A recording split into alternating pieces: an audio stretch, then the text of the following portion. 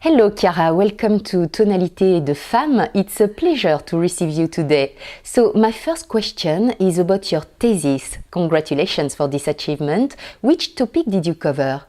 Well, my thesis was about the global governance of peace education.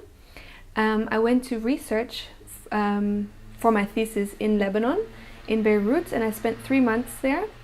And what I looked at was peace education by NGOs locally and how the peace education is influenced by the EU as an international funder.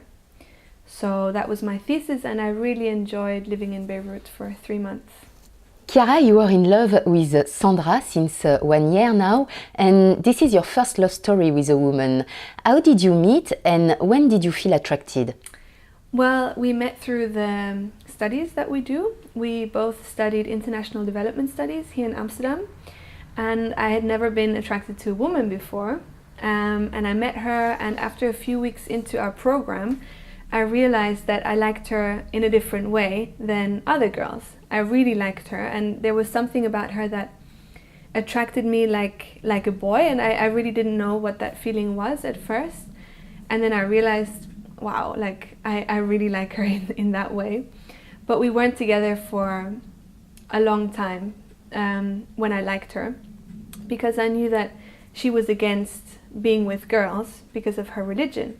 And I respected that idea, and I didn't want to interfere with her religious views. And but then over time it became stronger, and over time she changed a little bit as well, and she accepted the idea more through the people she met and through life experiences. And so then we got together, and that's been 1 year and 2 months now.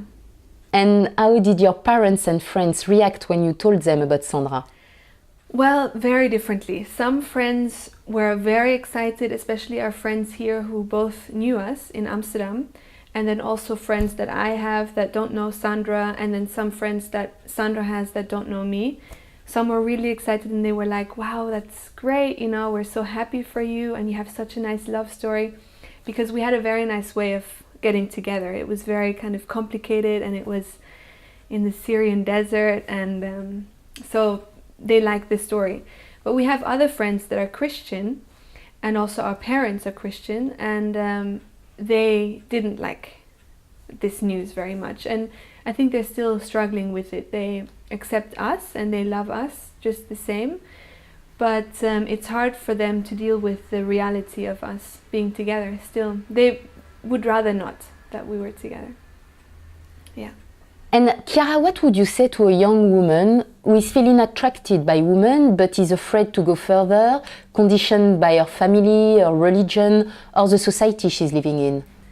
Yeah, that's a very difficult question, because everybody has to decide for themselves in a way. What I can say for my case was that at the beginning I was scared of this emotion, I was scared of the stigma, I was scared that people would think different things about me, that my family would be very disappointed in me, and all these things. But I also was convinced that it's not wrong. I was convinced that this love is just as beautiful as a love between a man and a woman. And so I didn't feed this emotion too much, because I didn't think that we would get together. And I was patient for a long time, and I always thought, well, we're not going to get together, but at least I'm not going to suppress this emotion. And that was the decision I took. I think everybody has to evaluate their own lives. If you are in love with a woman, or if you're a man and you're in love with a man, I would say, go for it, try it. It might not work, you might not become a couple, but I am convinced that it's not wrong. And for me, something beautiful came out of it. We really love each other, and we live together, and we have a very happy life together. We want to stay together for a long time. But I know that that's not something that happens to everybody, and for some people there's a bigger cost involved. So you have to really see how you can manage that in your life, and you have to decide for yourself whether you think it's wrong or not. If you believe it's not wrong, go for it. I think, you will convince the world around you that it's beautiful. Chiara, please could you share with us your 3 best memory of your young couple life with Sandra? Wow, only 3. That's hard. We, well, one thing that's not one experience, but it's something that we do every month. We celebrate our month anniversary, and we do very nice things because as a couple, you know, like we have quite busy lives usually, and so sometimes we don't have a lot of time just together. So on our month anniversary, which is the 17th to the 18th every month, we do a nice little trip, or we go to a restaurant, or we cook something extra nice, and usually we make something for each other. So I made an audiobook for her once, and she made me a moodometer so that I could tell her my mood without talking, and things like that. And that's a very nice one.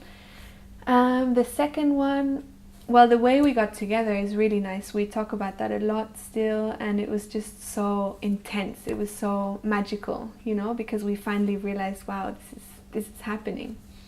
But also we weren't talking about it, and so there was a lot of tension. It was really nice.